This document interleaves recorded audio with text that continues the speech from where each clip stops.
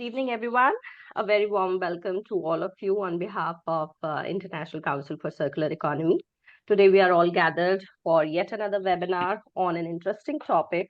And this is our 10th webinar and the last one in the series, Transforming India's Infrastructure, where we had the opportunity to listen to the best of the industry, academia, and research practitioners on various tenets of circular economy like closed loop systems, role of technology, value to waste, waste to value, climate change, social responsibility, importance of, I'm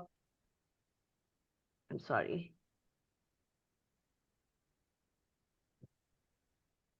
importance of circular economy and supply chain management, global supply chain management.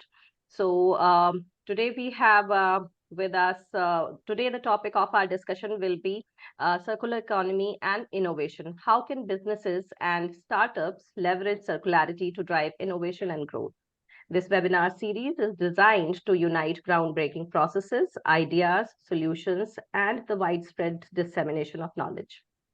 We are happy to conduct this series in collaboration with the PM Gati Shakti School Center of Excellence in Logistics and Supply Chain Management, School of Management, Doon University. A gentle reminder to all participants to kindly keep their microphones muted and videos off and utilize the chat box for any communication. Only the speakers and the moderator can keep their cameras on. Now, I would like to welcome our distinguished guest speakers for today's discussion.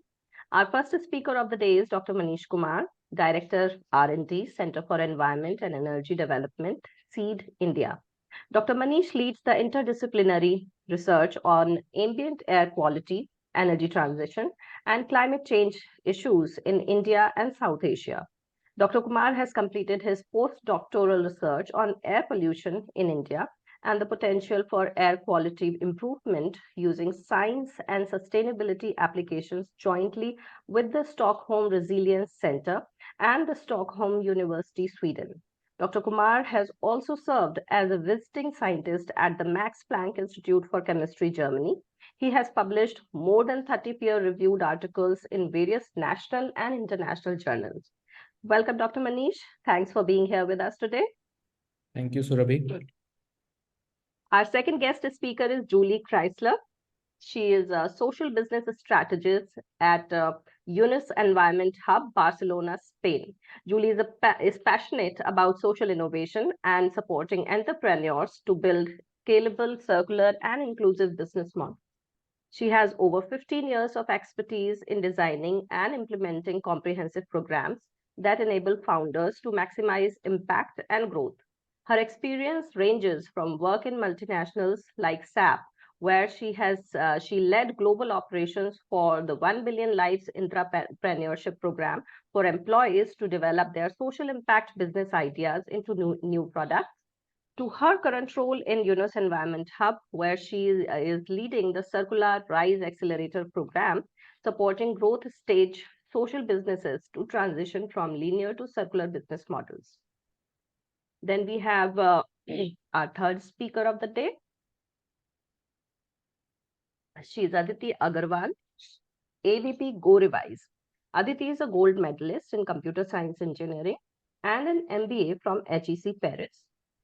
After spending a decade in technology with Microsoft in US and India, she followed her heart to build for pro-planet solutions and systems. She is now building Go Revise, a brand that believes in recycling wisely and collects close to 10 billion plastic bottles every year and gives them new lives, creating a system where materials are not thrown away, but recirculated again and again in a loop. As the AVP and founding member at Go Revise, she leverages her experience in business, strategy, and technology to create a circular economy, helping global FMCG brands and consumers make conscious and circular choices. Please excuse me for a minute.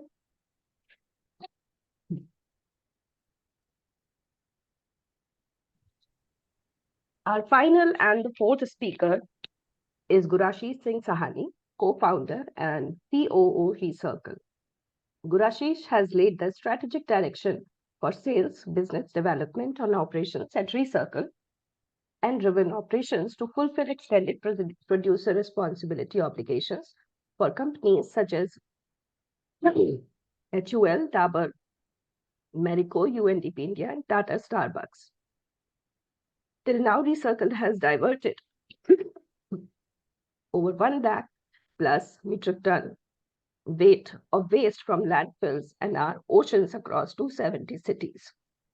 I'm sorry, I'll have to hand this session to Dr. Sudhanshu to carry out the question and answer session. Yeah, sure. So please do take care of please take care of yourself. Thank you, and let me proceed, and let's wish Surabhi to have a fast recovery.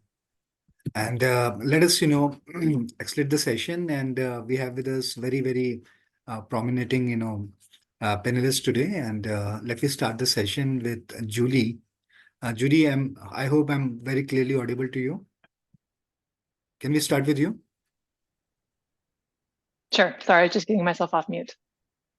All right. So let me start with a question. The question is okay, right. So let me start with the question, and the question is related to your experience as a person who actually involved into many of circularity and inclusion models. And when it comes to aligning circular and inclusive models with the environmental impact and the growth. So we wish to know through your success stories, many of intervention you already did. So how the business effectively incorporate circularity and inclusion model so that the sustainability perspective will not get disturbed. So out of your experience, let us have this. Let us start the discussion from you. Out of the experience you have, Okay. yeah, please. Okay, great. Thank you. And thank you so much for the invitation and to participate in this session today. Looking forward to the perspectives from the different speakers. First, I would say, so I come from actually a background working in technology education. So before shifting into the work with entrepreneurship, been working for quite a long time also in the education field. So I do feel both in that previous experience as well as in my current experience, I feel that businesses really need a strong foundation to work from. So through training and supports, we can help them then to transition from linear to circular models. So all of you who are here and that are founders, we know that you are very busy people. So I think having an opportunity to take business leaders away from their day-to-day activities and into a training program where they can dedicate their time to actually look into those solutions or those those circular strategies is really important to be able to take the time to make that strategic approach. So I would say we need to upskill business owners in circular literacy before they can take action. So if you don't understand the circular business models, if you don't know what it means to be product as a service or to have a sharing and leasing model, there's no way that you'll be able to implement that. So I think as a first, kind of as a first step and as an introduction, I would say that's extremely important. And then we need to help the founders to connect the circular models with financial sustainability. So to understand from a business perspective, how will this circular model benefit my business and help towards that triple bottom line? So ensuring that the focus is environmental, it's also social, but it's also helping that business to then be convinced, right, to take those actions. So maybe just from the Unis Environment Hub perspective and some of the work that we've been doing to make a more like practical experience. So we ran our Circularize Accelerator. We launched it in Kenya last year, and we worked with 25 social businesses on the ground to help them to turn their businesses from linear to circular. So this was in reaction to the COVID pandemic, and it was funded by GIZ as a way to make these businesses greener and more resilient to future climate emergencies. So basically what we did is we created a training program that had several different elements to it. So training and coaching, as well as master classes, peer-to-peer exchanges that helped them to really I'm hearing myself in an echo. Not sure. Okay, maybe that's it. Thank you. That helped them to really identify where is there an opportunity. So we started with needs assessments, understanding where do we have those inefficiencies to identify opportunities before diving in blindly, like before just coming up with a solution before actually knowing what the problem is that we're trying to solve. And so then we help them to develop a circular pilot to then pitch for funding to be able to then implement that at scale. So I wanted to give a few examples of kind of a few of the businesses that we worked with, which I thought might be interesting. One thing that I also found quite interesting, and I'm sure is the case as well in India, is that a lot of these businesses were already circular, but didn't necessarily know that. So it was also awareness around, understanding the business models. How can you take a better grasp of that to understand how to take it even further, or how to scale that existing model? So for example, we worked with a company called Bottle Logistics, who are also based out of Kenya. They're based in Nairobi. And they were already a circular business because they were recycling glass cutlets and also had a returnable bottle system, like for uses in the beverage industry. So through the work that we did with them, we identified an inefficiency in like the water resource usage. So the way that they were washing the bottles was not using the water in an efficient way. So they basically found an opportunity to pilot a system where they could have an automated washing system. Thereby, they could then reduce the water resource, right? They could use it in a more efficient way, which would then help them to save on costs, right? So through these cost savings, right, if they're able to move forward with this implementation through the cost savings, then obviously they can hire more people, they can fill more demand, they can increase the waste diverted from landfill, they can improve on their CO2 emissions and create new jobs for the community. So it doesn't necessarily have to be a whole new business product or solution. It can also be efficiencies in the operating systems. And then one more example. So businesses can find new revenue streams through, for example, their packaging system and reducing single-use plastics, for example, to returnable systems that also allow for small purchases. So enabling low-income communities access to essentials like milk and oil and things like that. So again, looking for these models that are inclusive and circular from the start. And so we worked with companies like Rafiki Pay, who process oils like sunflower oil, and to help them to scale their refill models. So they have these ATM systems that they have in different communities. So helping them to be able to scale that impact into more communities. So since then, we've basically taken this accelerator cohort. We've also expanded to Germany, where we supported social businesses that were already circular to enable them to scale. And then now we're also creating this into an online training format that combines the social plus the circular elements to help even individuals within businesses to identify opportunities within their own organizations to take action for more circular solutions. Very interesting. Yeah. So let us take our next question to Aditi.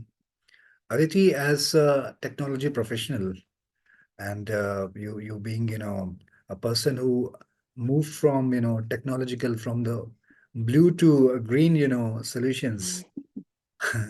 How did you, your background as a technology professional is helping you to approach towards building, circularity in the present assignment you have with Go Revise?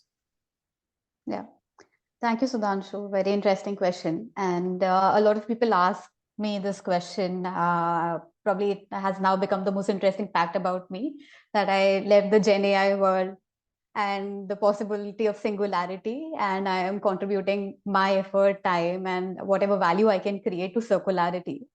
So I actually draw a lot of parallels from the technology industry to the whole circularity ecosystem that we are now developing. What digital was 20 years ago, green, circularity, sustainability, everything is now really getting into that space. And there are three clear reasons in my mind to say that. One in itself is how the systems and ecosystem is developing. 20 years back, actually, after the whole .com boom went away, people started looking at what does internet and mean? How can businesses create value out of internet? And that is exactly what we are doing today. Sustainability is not just about, consumers being activists. Now, businesses are also getting into this and really thinking from ground up, from design to execution, what can they now do differently that will really serve their customers while doing good for the planet? And it has a very clear business reason for that, because if they don't do it today, their businesses are not going to survive, right? For a company that I come from, Microsoft, Microsoft has survived for decades because continuously we were innovating and trying to figure out what is the next things and how do I solve for that next thing. And that is the core value of a business that is planning a future and is really trying to survive in the future as well. So I would state that as the first reason. The second thing why I draw parallels from technology to the sustainability field is also we are now trying to solve for inefficiencies. So what did digital do, and why digital became so big that it is absolutely ingrained into every part of our life? Even this uh, conversation that we are having is only possible because of digitization. So again, there were lots of inefficiencies. There were things that could have been done better and differently, and that's the same thing now. I work in the recycled plastic space. So what we do is we get the PET bottles collected, the water bottles, etc., packaging, etc. We get that collected and we recycle them. And now we are until now the technology did not exist, so we were downcycling all of that plastic to create into textile fibers, yarns, etc. But now we are actually upcycling that waste to really make a bottle out of it again. And if you can really optimize for that inefficiency and keep that loop running for as close as to even 9 to 10 times, that is good enough. That is almost like close to infinity times you can keep using that same material again and again.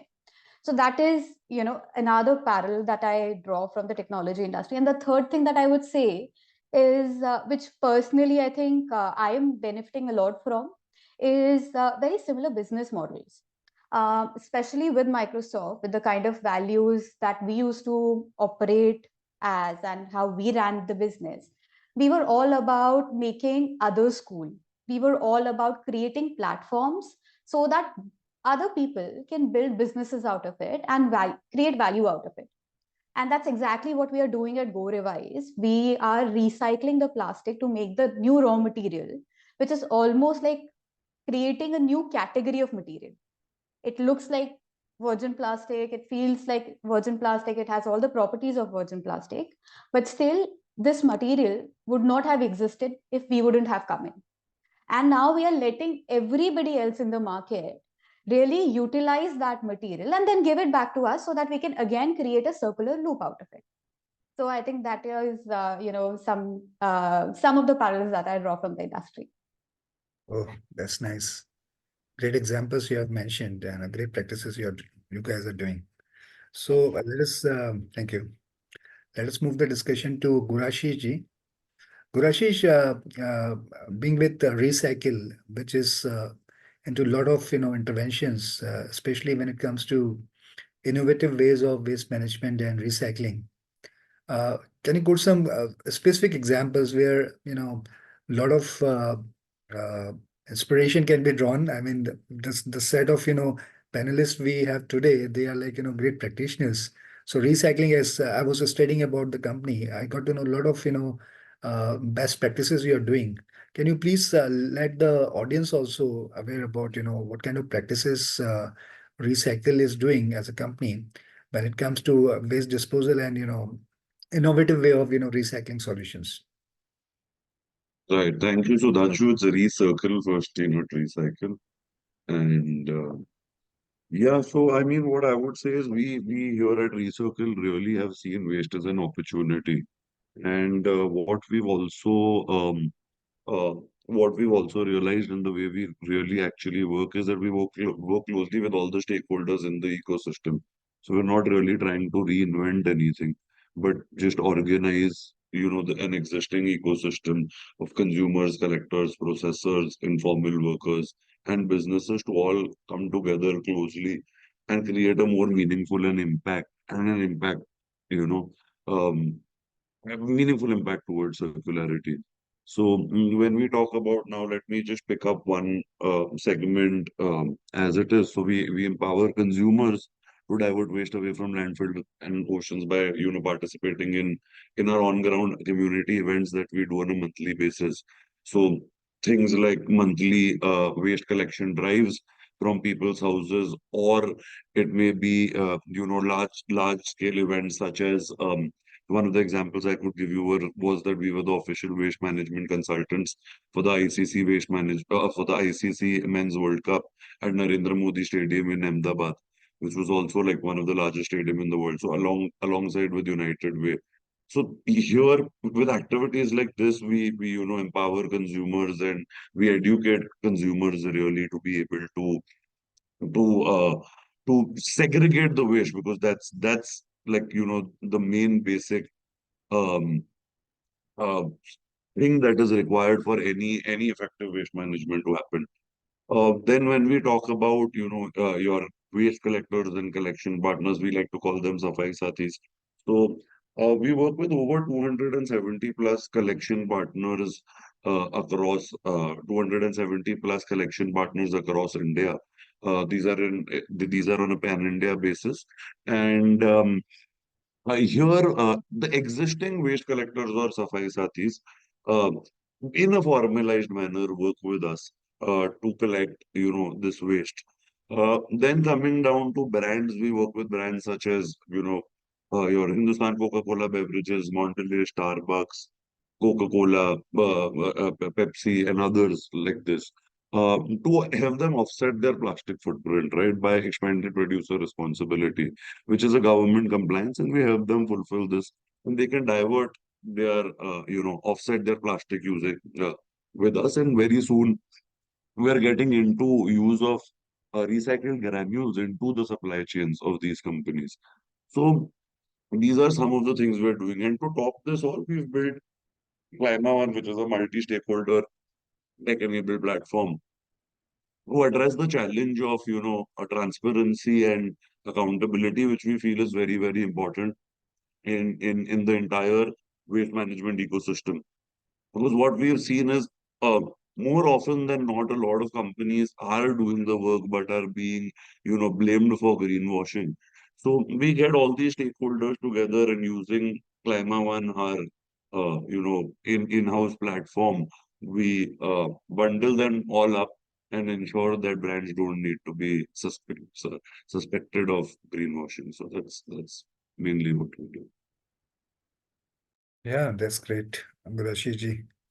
And Recycle is doing great in terms of, the intervention when it comes to putting up recycling from the wastelands. That's really great. And apologies for calling it recycle. It's recircle. We have with us Dr. Manish, who is a great researcher and being extensive, researcher in the area of air quality. Sir, during the research, you have witnessed a lot of, best practices, a few challenges also, and lot many of opportunities for the businesses when it comes to, improving the quality of the air in India and the rest of the world, especially when it comes to south of Asian subcontinent. So, sir, can you please explain us more on, the research you carried out and how the air quality has been measured and what are the, standard and benchmark, versions of research you come out with? Yeah, so first of all, thank you, Sudhanshu and Surabhi, for inviting me for this interesting discussion. Although when we think about circularity or circular economy, we mostly see the entire thing from waste management point of view, whether it is plastic or anything.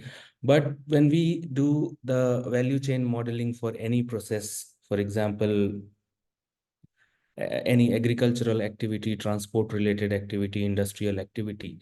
So when we look at the individual units of the value chain, then every single process is somehow related to some kind of emissions, whether it is greenhouse gases emissions or air pollutant emissions. So this is this is the place where we see the scope of circularity or circular economy for air quality management. So businesses have definitely, I mean, they have to play a major role in that, and those things can be for region like South Asia or the Indian subcontinent, where majority of the countries are still developing, we need to identify the individual units of the value chain which are polluting in nature or which are not updated according to the requirements of air quality standards or something like that. So as far as the implementation of exact policies, or because eventually when we think about air quality, we are actually trying to reduce the exposure on health, on agricultural activities through a number of interventions. So there are certain challenges, and I see, I mean, although there are different mandates, there are different compliances which industries, specifically the larger industries or smaller businesses, they are following as per the pollution control board mandates. But a big challenge what I foresee is the interlinkages between the compliance regulation and the basically the money or the investment which is required to for a transition from less cleaner technologies to more cleaner technology. So this is one of the challenges for developing countries, especially in India and some of the states which are heavily industrialized. For example, I work with the government of Jharkhand and government of UP. So these states are having a lot of resources, but in order to have a transition from unclean technology, we can say, to a cleaner technology. Compliances are definitely, rules and regulations are definitely very good, well structured. But yeah, the challenges are to bring more investments for adopting to the new technologies. So here, smaller businesses or larger businesses, they can collaborate with the government, they can collaborate with the academic or research institutes where, indigenous technologies can be adopted for cost cutting or for so that they can be fit to the localized context or localized needs of the individual units of the value chain. So this is how businesses can contribute to circularity, targeting air quality in India. Many thanks. You really have an understanding about air quality and how to measure it, and how it's becoming so important in the days when the companies are moving from, circularity from the linear economy.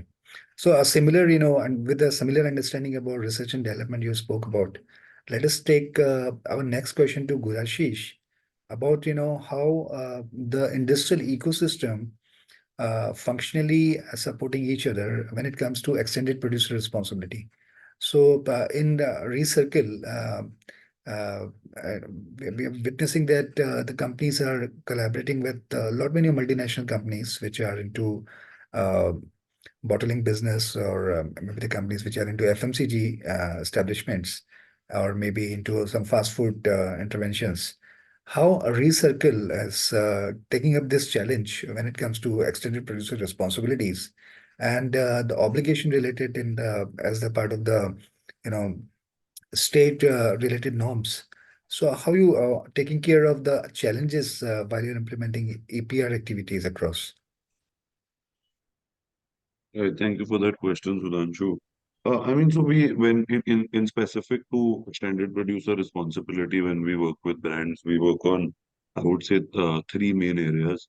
So, like most of the brands are unaware of, what is to be done as per the plastic waste management policy, how is it to be done. So, number one, we start off with consulting in terms of what should be the extended EPR footprint, how do you get your companies registered, and clarifying, so it really our work starts with being advisors and consultants to these brands to be able to get them registered firstly and, on the entire extended producer responsibility journey. Moving forward, we have them collect this waste on a pan-India basis, even though now the norms talk about, it being geography neutral and material to be collected from anywhere in India. But many a times we see a big disparity between, state pollution control boards and what the pollution control board is talking.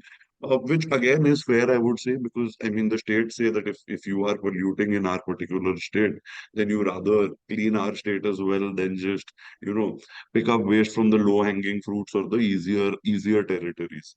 So I mean, depending on how the brand wants it to be done, we do collections for them on a pan-India basis and send it to authorized recyclers. Like I was saying, this entire system, so we have collection partners at one level, brand owners at the other.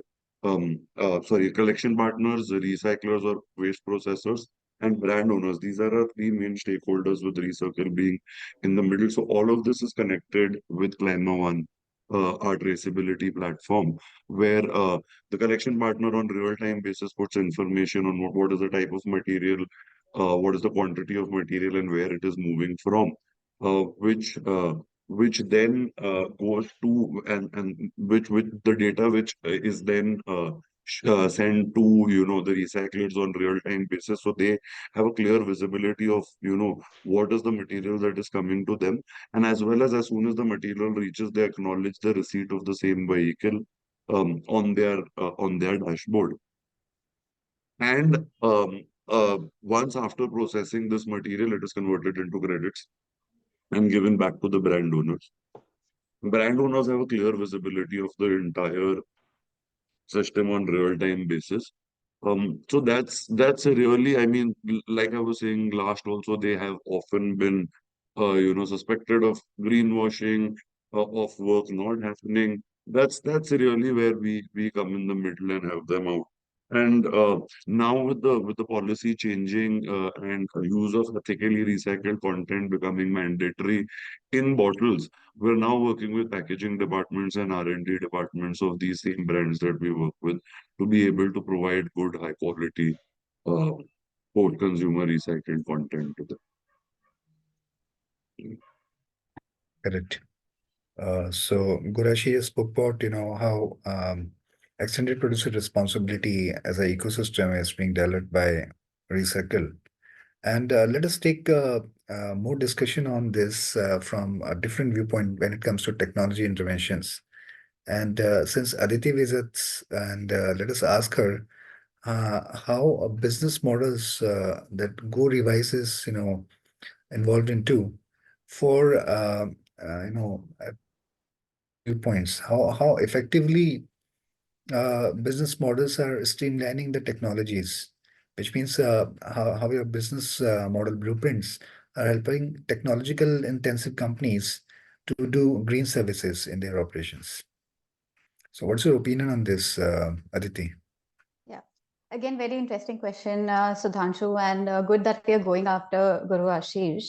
So let me build up on his answer itself while explaining what are the new technologies and how this whole ecosystem is developing with the help of different kinds of technologies.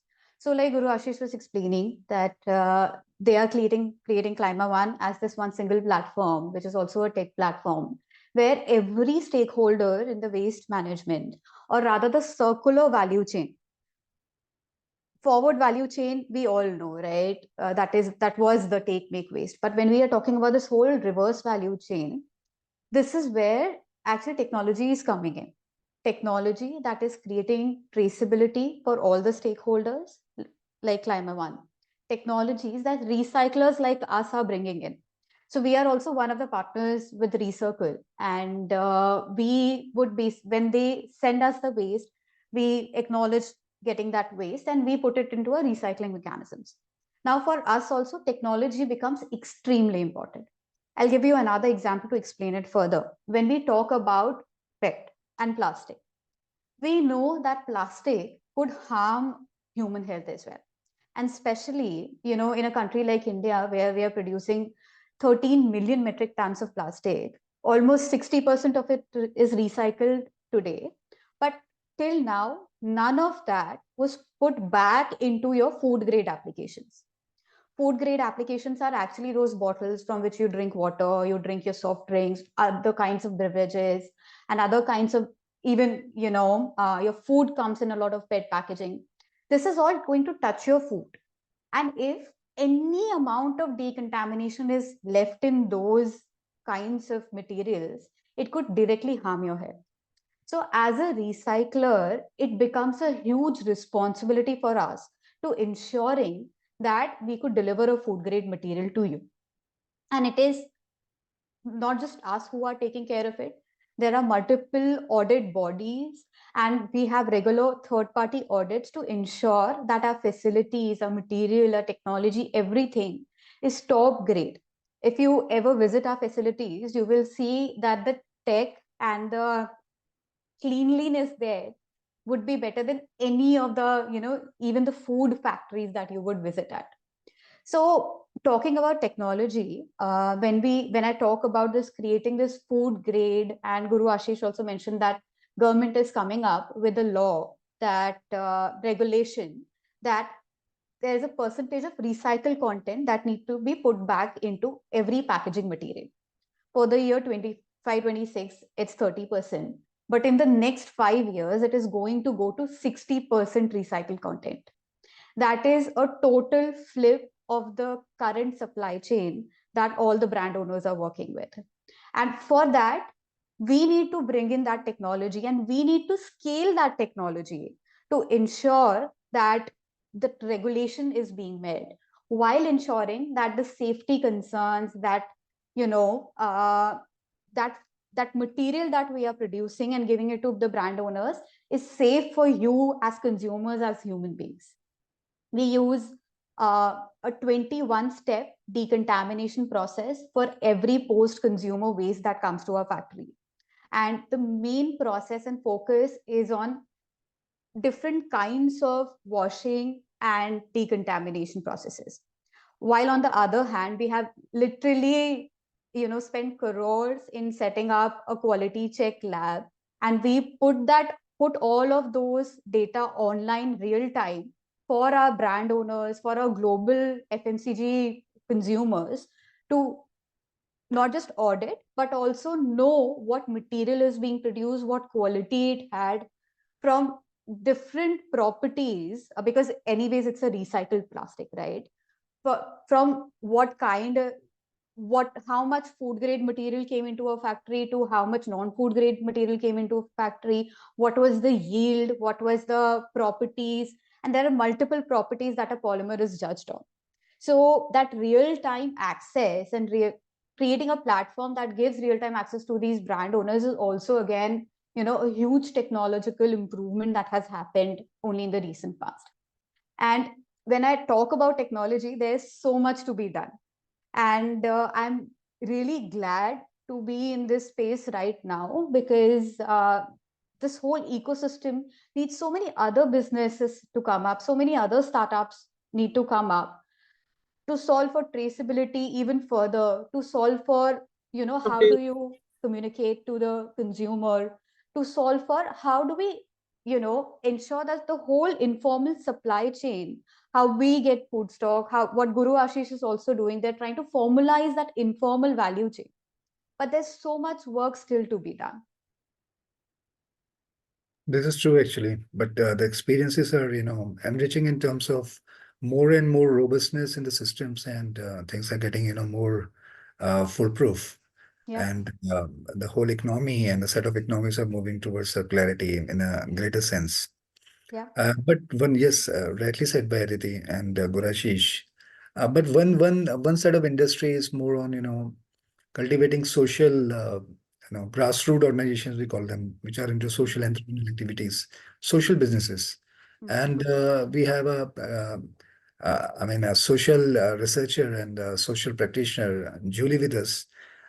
Julie, as per your opinion, while you're working with UNIS and in Environmental Hub, what do you think that the companies which are into social businesses, how they perceive the concept of transformation from linear to circular economy, and what sort of challenges they are facing, what sort of operation challenges they are facing, what sort of techniques they have to co-opt, and what are the organization challenges they oftenly come across while they are setting their goals for moving from linear to circular economy.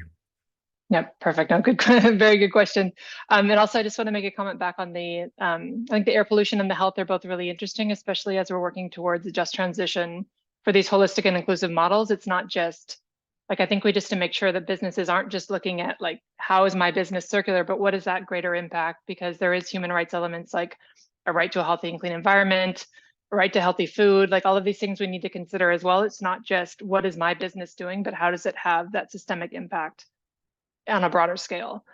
So I really like these interventions. I think they're great. It's also looking at the informal sector, like how do you also ensure decent work for them? So I think that all of these pieces come together in a much larger conversation, and it's nice to have all these pieces put together in the session, which I know is very short to go into everything. So maybe just quickly looking at some of the challenges. I know there's a lot. I just want to highlight a few. Obviously, there's the basic challenge, which is always access to funding, right? So how do I get funding to implement my solution? So I think it's really important that businesses know how to measure the impact. And again, you need to look at profitability, you need to look at that financial sustainability, as well as the social and environmental impact. So what is that holistic impact? And then how do I communicate that? So I think training on impact measurement measures, like how do they have that awareness to be able to communicate then to investors?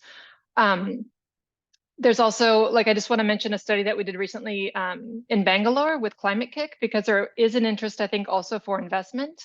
And we basically outlined a circularity ecosystem in waste management to identify opportunities where Climate Kick could invest to support startups in waste management. So what were those waste streams that were inorganic or organic that were the most important? What are those stakeholders that are in the ecosystem, the multinationals, the accelerators, the academia, what are the innovations, and to map that out to help them to make a strategic investment to help those startups in a sector. So we are seeing obviously an interest, but it needs to be much more, I think we need more investment to go on. So I think, how do you overcome that? I think funders and accelerators can work more closely together.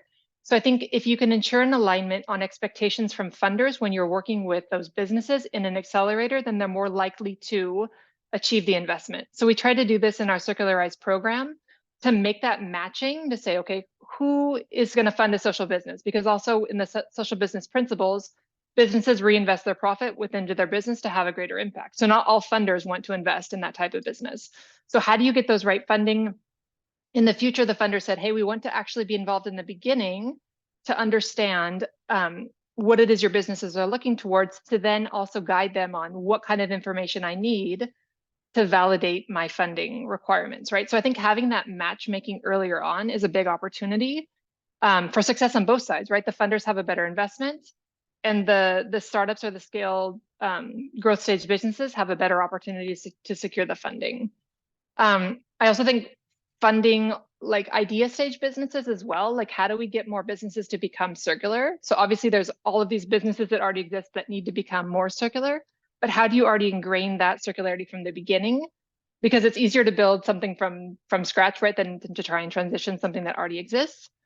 And then again, I think this ongoing support is needed for businesses to overcome this funding gap. Just to kind of go quickly, because I know we still have quite a few questions left. I think behavior change is super important for, and this came up in the Climate Kick study, like how, if I'm proposing a solution that's saying segregation in the household, but the households aren't taking action to segregate, then my business isn't going to be successful, as no one is using my app or my whatever my solution is. So how do you ensure behavior change? And this needs to come on a collaborative level. So governments, communities, businesses need to work together. We need to have policies in place. I mean, EPR is a good example for businesses, but how do we ensure that people on an individual level are adopting these new circular models? Like, how do we go back to what our grandparents were doing in the reuse system, right? They used the same glass container. They didn't have this like take waste maze, like disposable sort of convenience. How do we get away from that? And that's going to take time and efforts from, I think, everyone, but it's really important if we want these businesses to be successful, I think, going forward. And I think shifting behavior, like what can we do in early education to raise awareness and to create, like to prepare the future generations with the mindset from the start, I think is really important. So like, it's almost like if you look at, we need recycling, but if we were able to design out waste in the beginning, we wouldn't have that issue. So if we can educate early on, maybe we won't have the challenge like later on. So it's kind of like associating those two areas there. And then finally, I think they need support on storytelling. Like people need to tell the story that they're circular. Like, how do we go circular? This helps with the funding aspect. I think it's a challenge that businesses have. Like, how do I show my competitive advantage? How do I promote my circular solution to get that adoption and to get people to want to buy my solution versus a solution that isn't circular? So solid metrics, I think, and the communication are really key. And then one other thing that I think that has been helpful in my experience with businesses is to build a community of best practice, and how to overcome challenges like camaraderie between founders within an ecosystem, along a value chain, peer-to-peer learnings. Like we had participants in our program that were even delivering their own masterclasses on, hey, I've done a crowdfunding campaign, this is my experience. I think having those ecosystems of learning so we don't recreate the wheel is super important as well to try and overcome challenges that businesses face.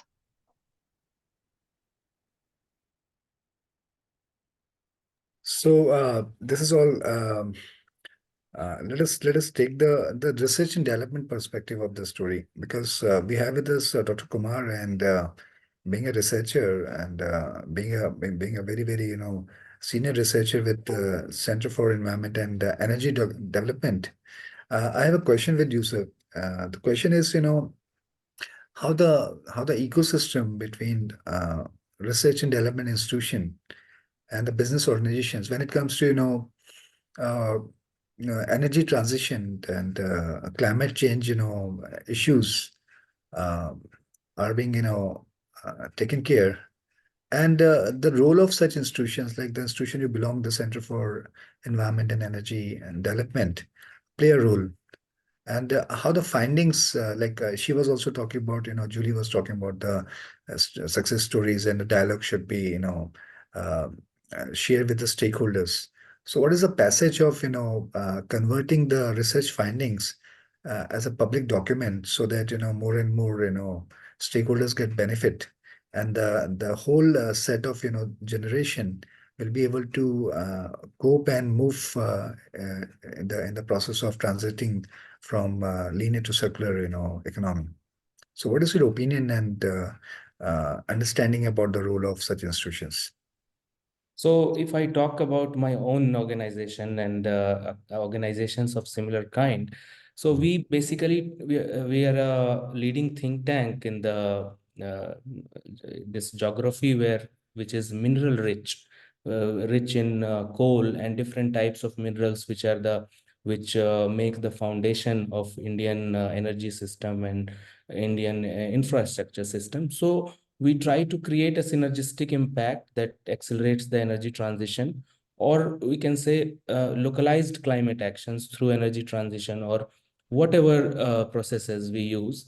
And while working on all these things, we try to promote sustainable development goals or activities, including the community in particular, as Julie was mentioning about the just transition or just climate actions. So we are also engaging with businesses, various types of businesses, because we are working in Jharkhand, and Jharkhand is home to many larger industries. So we are engaging with businesses, and we try to drive systematic changes in their activities, for example, we try to help industries in association with their different mandates with the government, which they have to fulfill every month or annually. So if we talk about some specific approaches, for example, we in Seed, we are trying to create a market through different types of pilot projects. For example, for clean energy, which is one of the most sensitive burning issues, not only in India and Jharkhand, but in the entire world. So basically, we work on developing markets for clean energy by connecting businesses with clean technology providers, or facilitating the pilot projects in different regions. For example, on the deployment of solar energy, or the deployment of any kind of renewable energy through assessment of renewable energy potential. And we try to connect the entire process with the governance system as well as with the community through engagement and dialogue process. And so this dialogue process is not just limited to the government departments, it is actually connected with the community and the businesses as well. And the mechanism could be anything like roundtables, workshops, conferences, and we throughout the year, based on different types of issues which are related to the community, which are related to the farmers, which are related to the industries, wherever we find the scope for circularity. Similarly, we have a very strong collaboration with the government.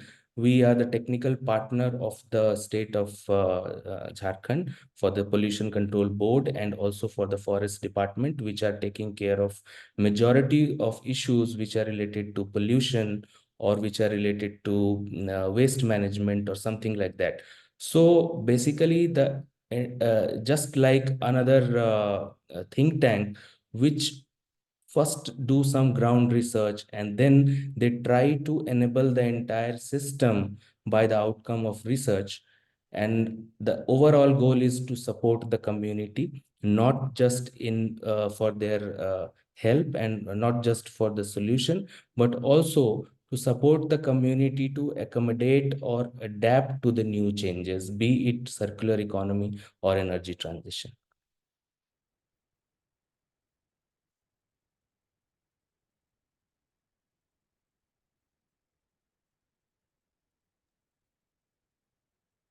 Dr. Sudhanshu, thanks, Dr. Manish, for the answer. Dr. Sudhanshu, are you there? Yeah, I'm very well here. Yeah. There Yeah. was a kind of internet issue here. So, Hi. very nicely elaborated by Manish ji, and he spoke about a lot of, intervention that the R&D institutions are doing. Really, great to get the information from him. So let us continue the discussion with Gurashish, and Gurashish being the person, he is managing a Recircle, and Recircle being, very much, resource resource management based organization. I wish to know more about how the resource recovery workers, because a lot of discussions are going on these days about how the recovery workers are being exploited by the companies, and working conditions are always challenging. So the and the organizations like Recircle, as I was seeing in the website also, are also giving efforts, and a lot of insights they are coming up with to improve the quality of conditions and recognition of the workers which are intensively involved into uh, resource mining and recovery process. So can you let us know more about how Recircle is managing the show, and how they are helping the workers to cope with the situations and better lives? Thank you for that question. Firstly, I would like to start with, like I said before, we're not reinventing the wheel here. We're already using existing Safai Sathis or waste workers, right? We're building something here that adds value to these people's daily lives of our employees and Safai Sathis. So let's just get into a little bit let me just give you an estimate. So in India, there is an estimate with via a study that there are approximately over 4 million people who are into the waste management or scavenging space, What we have seen more often than now, before, was that these people were never um, recognized in any way. It is a shadow supply chain. This is the shadow supply chain because of which whatever recycling and reprocessing is happening is going on in India. So when we started Recircle, one of the main things was dignity of the workers that work with us. So we mainly focus on three areas. One is access to good quality healthcare. Second is access to government schemes, and third is financial literacy, right? So when we talk about access to healthcare, all the waste collectors that work with us go through regular medical checkups at once in 6 months. Government schemes, I mean, there are so many government schemes that are existing predominantly in the country, but no one has really gone ahead and explained to them or got them enrolled into these schemes. So schemes like e-Shram cards, your Pradhan Mantri Jan Dhan Yojana, your insurance schemes, things like that. So these are schemes that we actually enroll all the Safai Sathis that work directly with us or indirectly via a collection partner network. And finally we feel financial literacy is one of the very, very important things, because when we got into this, what we realized was people were not paying, like, they were not filing returns. Uh, the informal economy most of the times is picking up loans that anywhere between 2% to 5% a month, which is just criminal. So that's some of the things that we did in terms of the work that we've done with the Safai Sathis. And through an independent survey that was conducted, I'm very happy to tell you that 90% people that are working with Recircle reported increase in confidence after joining Recircle. 72% of them said that their understanding on plastic recycling increased. 50% strongly agreed that they are learning relevant skills and opportunities. And the good number that we really found was that over 90% of the people now feel that they receive fair wages, good working conditions, and honor and dignity to do the work that they are doing. Right. So these are some of the interventions we've done directly or indirectly with the Safai Sathis that work with us in our own facilities or in our collection partner facilities. And obviously, apart from this, the basics of having, ensuring that there is PPE kits being used, gloves, masks, shoes. I mean, all of that I believe is something that should have always been there. So I never like to never like to talk about it, because I think that is bare basic. But apart from that, yes, access to financial literacy, healthcare schemes, and government schemes is what we need. So correct. Welfare of the employees and the workers should not be compromised. Rightly said by you. Let us take the ecosystem again, and let us move to Aditi for discussing more on her experience with Revise and her understanding about as a part of the ecosystem when you interact with multinational companies which are non-Indian country by origin, and they have the standards probably established by some Western world. And these companies are very, focused. And when it comes to making circular choices, they have a clear-cut, standards to be followed. So I'm not naming the companies, but as we know that big, food and beverages companies are, for instance, are having their own, understanding about circular choices, where to invest, where to not, where to put, efforts, where to put their energy. So as an experience with these companies, being the part of Revise, what sort of challenges and opportunities you come across or encountered in convincing these big brands to go for Indian perspective of circularity when it comes to doing operations in South Asia or Indian sort of setups? We'd like to listen about your experience on that.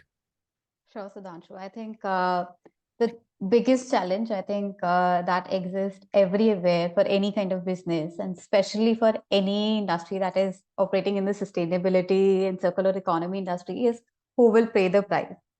So there's a cost to everything.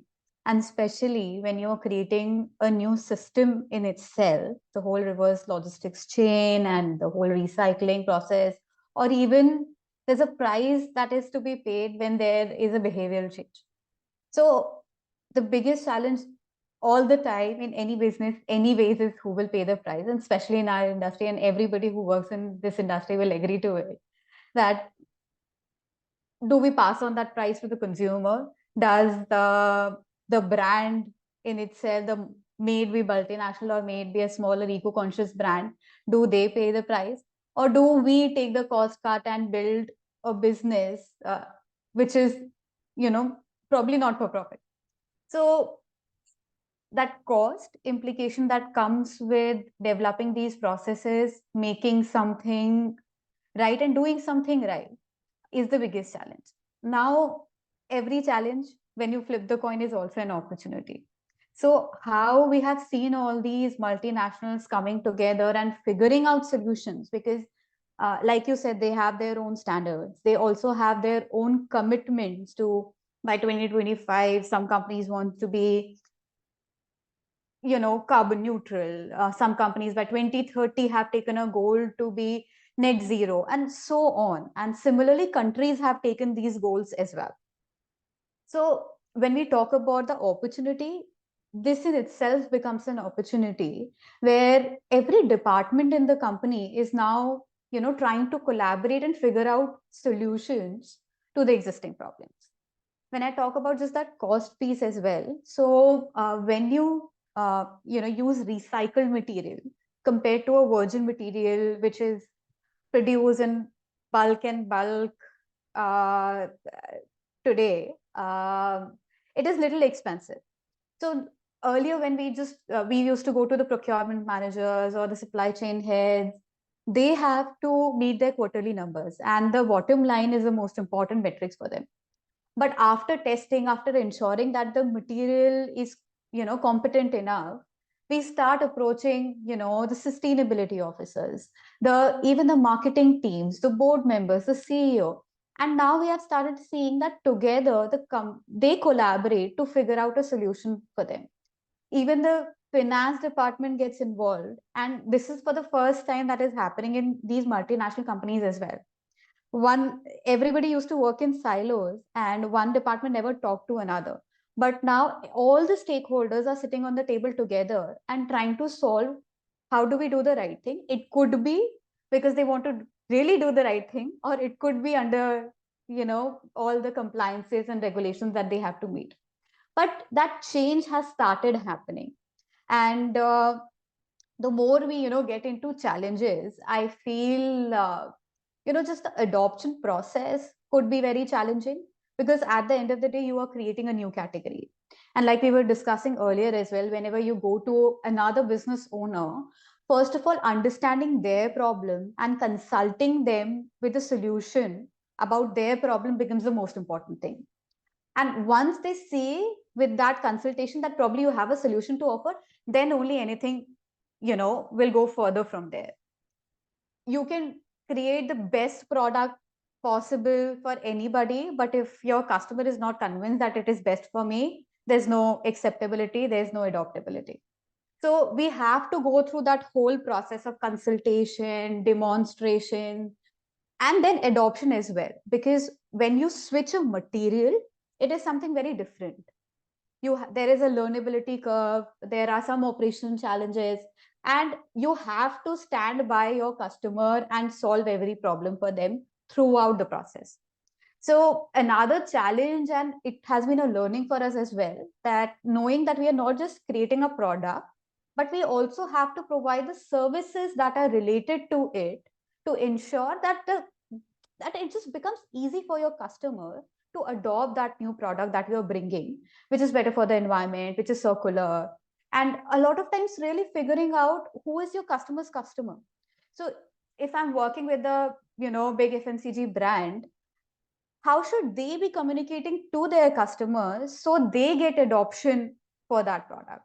So it's really thinking that whole landscape, and holistically, how do we solve problems? And you find challenges and opportunities side by side. This is true. This is true. Integrating the stakeholders matters a lot. Yeah. So, rightly said by you. I think there is no actually confusion or any second thought about this.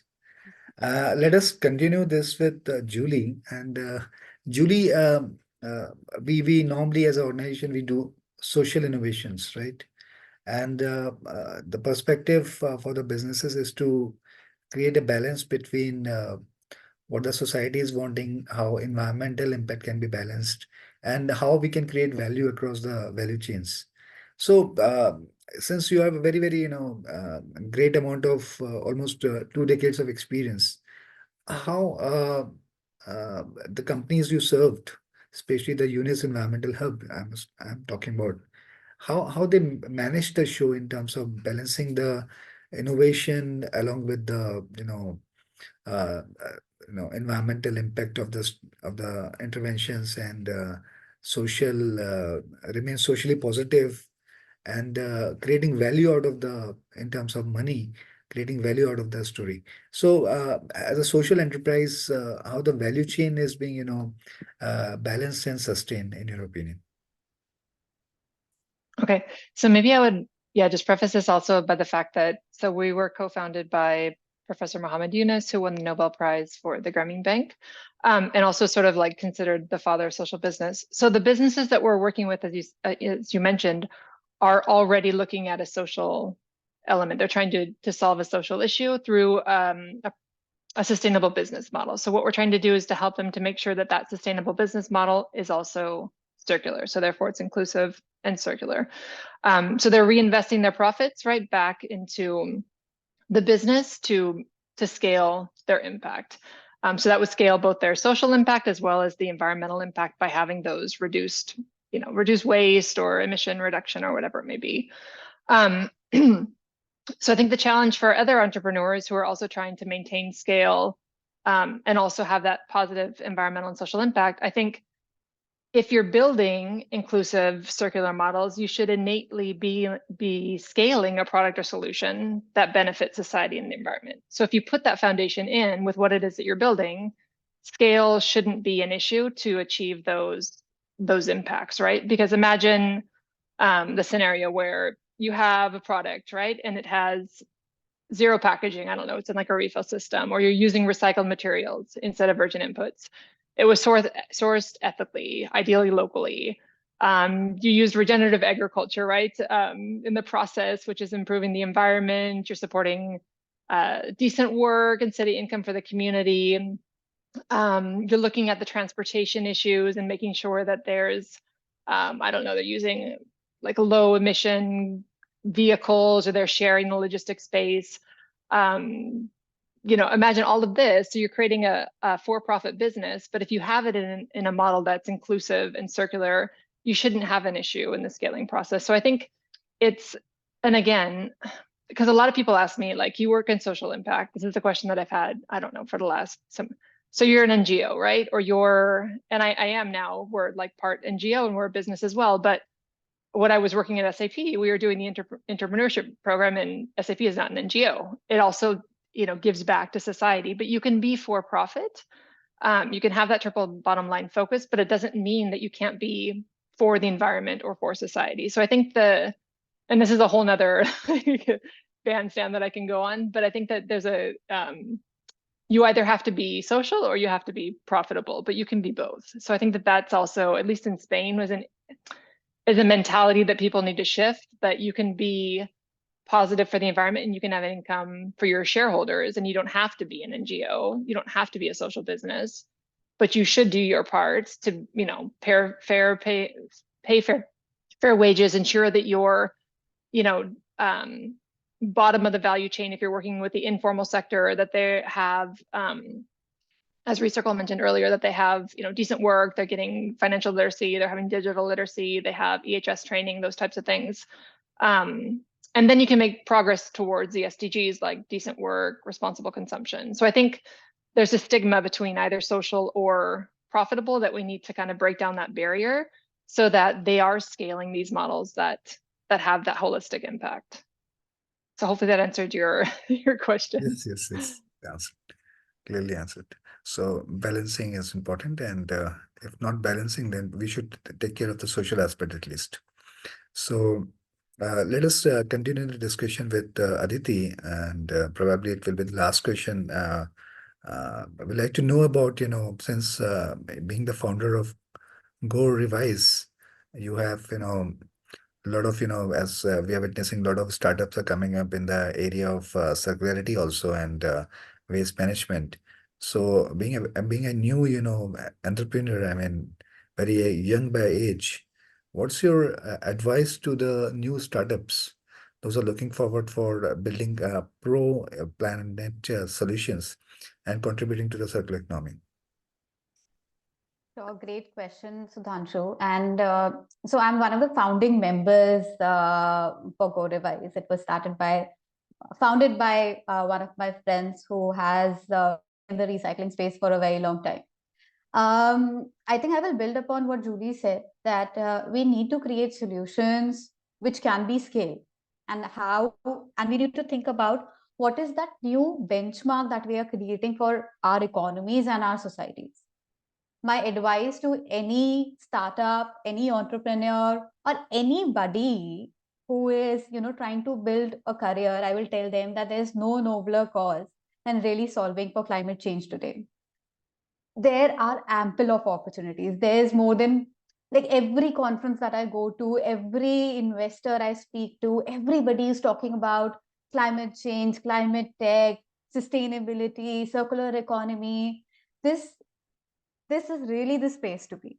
So if you are interested in building, please don't think twice. There is ample funding available, there is ample support available, there is ecosystem that is developing. Do not think twice, just get into this space. And if you are short of ideas, there are ample founders and people who have various problems. I think it's again very circular, and we are doing this full circle, because in my first question, I was talking about how this ecosystem is being created, and there's so much opportunity for technology to come in, for solutions to come in. And even recyclers like us are, every day I'm looking for solutions, because there are 10 problems that I'm solving for, and all those solutions do not exist today. I'm trying to, have better traceability. I'm trying to, do the right kind of storytelling, or give the right kind of communication tools to my brands so that they can communicate to their customers. But all these solutions probably are not available.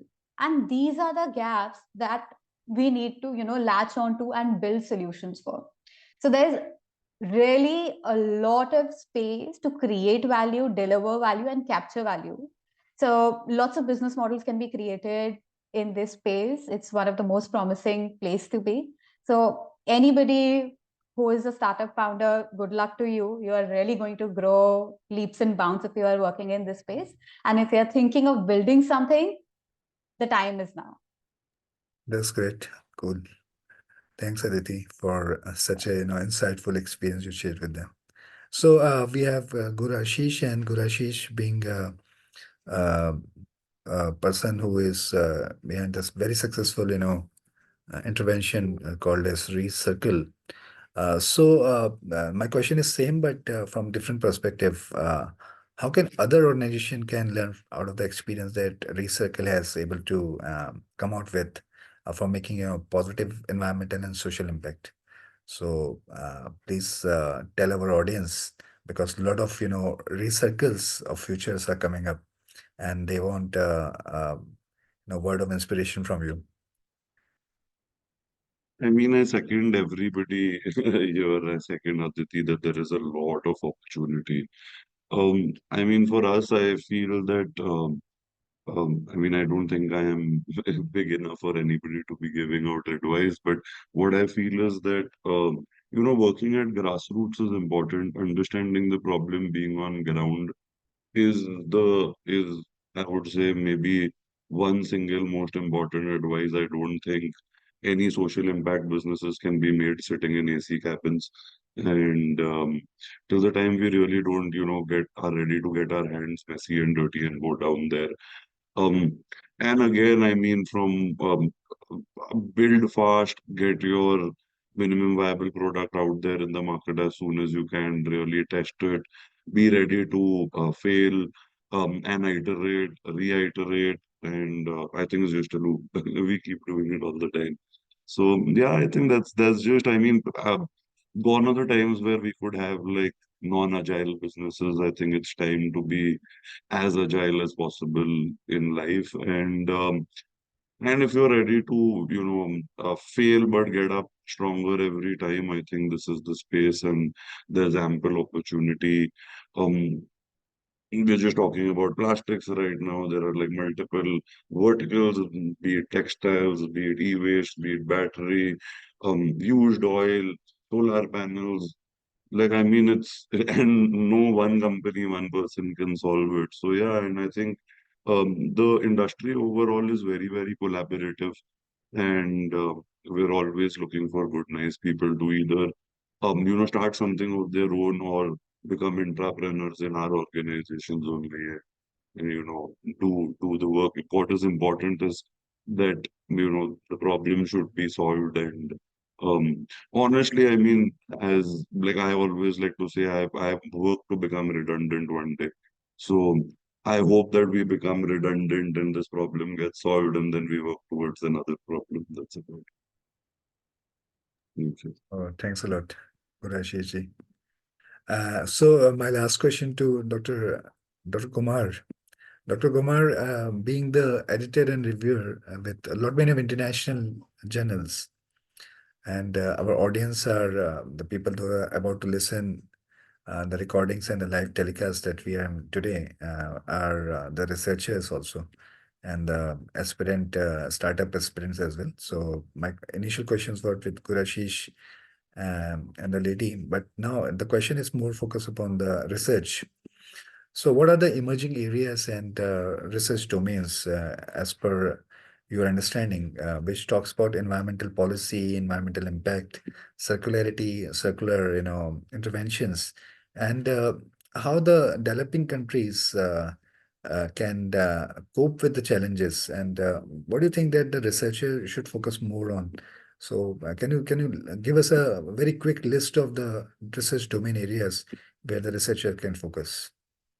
Yeah, so Sudhanshu, since you also are academician, so you can connect my answer, because science is a continuous enterprise. It will automatically find some directions, but at the same time, it is also very important for us researchers or scientists or researchers from any background is to understand that what is the current pressing need for the research or pressing need for the community. And the second most important thing, what funding agencies are interested in. This is a harsh reality. No matter what you like or dislike, what funders are interested in, that is very important to understand. So considering the intersections of air quality and circularity, I think smart waste management is something which can relate both of them, because you all will be surprised to know that the one of the very important pollutants, which is also a climate forcer, which is called black carbon aerosols. So after 10 years, India is expected to having black carbon emissions contributed by open waste burning by more than 50%. Currently, the waste sector is definitely, there is a significant contribution from waste burning. But after 10 years, it is expected that whatever black carbon is coming in India, is being emitted in India, will be coming out of due to the open burning of the waste. So smart waste management is something which will not only solve the problem of circularity or waste management, but also will be contributing a lot towards air quality management. Second, you can also connect the things with the role of IT, and especially the artificial intelligence in understanding the data, because we are now having a lot of information from satellites, from different models. So those data sets are very large. To understand those data sets, we need artificial intelligence, we need advanced computing system. So that is also something which will help us to be more and more circular as far as air quality or climate change studies are concerned. Similarly, when we plan for, because at seed we develop clean air action plans for the government, very high resolution plans, city specific plans. And within cities, waste management is a big problem which is contributing towards the air pollution. So hyper local air quality action planning is very important. Currently, what we generally do, we bring some policy or some scheme which is relevant to the entire state, or which is for the entire state. But when you see the geography of Indian states, cities are very big contributors to different air pollutants. When you just go out of the cities, the level of pollutants become lesser. So that is why, for circularity perspective, for air quality perspective, we need to develop frameworks for hyper local clean air action plans. That is something which will be definitely going to be a very big research area in the future, based on measurements. So similarly, again, it is also related to technological intervention, that we need very precise measurement systems. Currently, we are using air quality measurement systems through real-time systems, but now we need sensor-based systems which can immediately give you results, so that planning can be done immediately. For example, I just give you one example. If we have installed some sensor-based instruments at a place where there is a burning of open waste, so that can be directly linked to some kind of information transfer system, where the municipal corporation can directly have access to the data set, and then they can simply act as they come to know about the current emission, when the emission levels are higher over a particular region within the city. So these type of intervention needs a lot of research. So I would say, from circular economy perspective, I would suggest that the researchers, especially people working with the within the domain of circular economy or air quality management, they should emphasize, or they should redirect their research interests into these couple of points, what I believe. So correct. They are very much, futuristic research trends we have discussed, and I've noted down. So the next, I mean, these are the areas, I mean, of future, potentiality, no doubts. So really thankful to Dr. Kumar for your insights and for domain selection especially. And today we had a really great discussion with all the panelists, Julie, Dr. Kumar, Ms. Aditi, and Gurashiji. So this session was really remarkable session, and being the very much power packed session when it comes to content delivery and the experience that you people have shared. It really get value to the knowledge of the audience as well. So before we formally end, I request Surabhi to take care of the word of thanks. Over to you, Surabhi. Thank you. Thank you, dear speakers. It was indeed a very good session. We were enlightened. We had very experienced entrepreneurs here, Aditi and Gurashish, very well, a researcher here and a social worker as well. I mean, so we had a good, pack of people here, those who could impart their knowledge here to the audience. So I would like to thanks Dr. Sudhanshu as well for moderating the session. And thanks to the engaged and wonderful audience. And if you have any queries still remaining, please feel free to reach out to me at surabhi@icce.com and stay connected with us on our social media pages for continuous updates on all forthcoming events. And please subscribe to our newsletter. We have monthly and bi-weekly newsletters. The link will be shared here in the chat box. And thank you once again for the active participation. Thanks, Dr. Manish, Julie, Gurashish, and Aditi for participating in today's webinar. And we are ending this webinar series today, Transforming India's Infrastructure, with 10 episodes getting finished today. So we'll be coming up soon with some other, webinar series. And till then, please follow us on social media handles, and you can find all the previous recordings of these webinars on the given link in the chat box.